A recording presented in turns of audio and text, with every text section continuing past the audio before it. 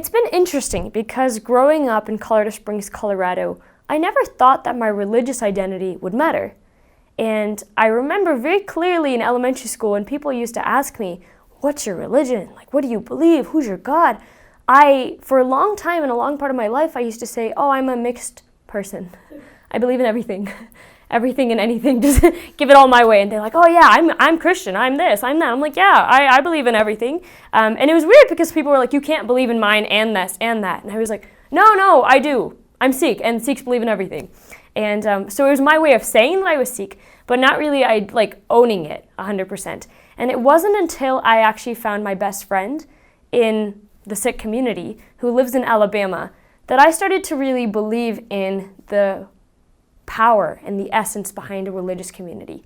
And it's not just that having, a best friend who also shares the same faith as you, but it was more so this idea that I'm not alone.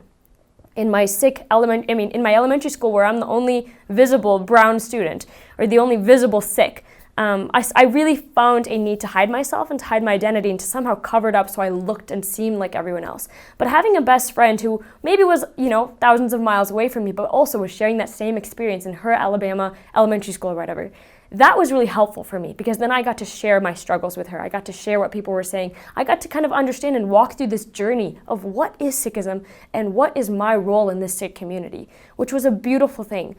So I think that has been the most important thing for me. First, having a community and having someone who's going through the exact same thing that you're going through, and you really identify with them. When I look at myself in elementary school and I look at myself now, I know there's been exponential growth.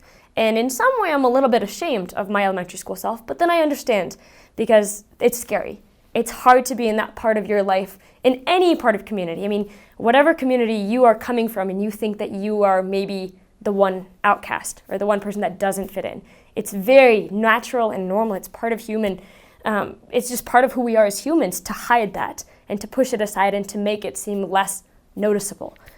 So I do recognize that, but I see that exponential change and that difference because I finally started to own that Sikh identity. And it came through a couple of different factors. I think part of it was having best friends in the Sikh community.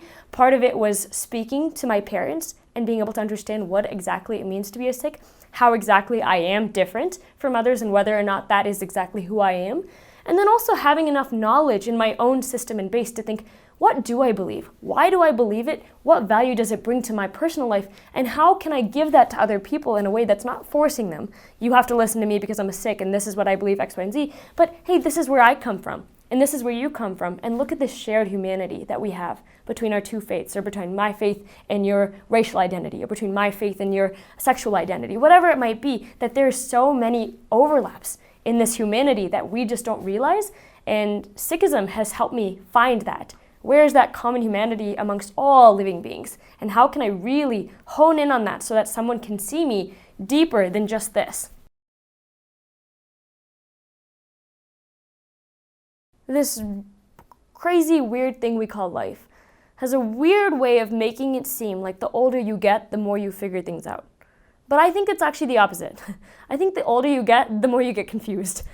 And no matter what part of your life that you're in, if you are sitting there thinking, how does Sikhi fit in my path? How does X, Y, and Z fit in my path? Do I belong here? Do I belong there?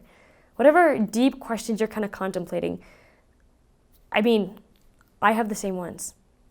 And I will have them for the rest of my life. I know my parents have the same ones.